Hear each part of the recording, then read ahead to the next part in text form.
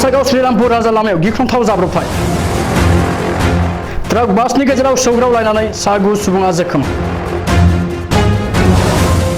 गसाइगाव महकुमानि आसाम सोनाब बेंगल सीमानि श्रीरामपुर 31 नं राजा लामायाव दिनै बेलासि समाव मोनसे गिख्रंथाव जाब्रबथाय जानानै सा9 दावबायारिफोरा गोब्राब जोखोम जादों।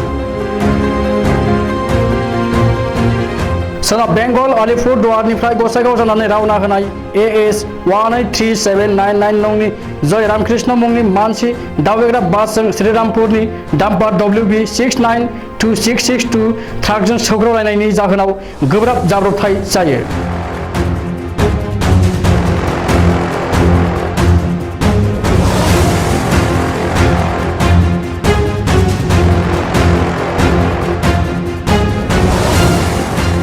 सौग्रावलायनायनि जाहोनाव गोबां दावबायारिफोरा जोखोम जायो आरो जोखोम जानाय सुबुंफोरखौ सिमुलताफु पुलिसआ गसाइगाव RNB देहा फाहामसालियाव थिसनहैयो।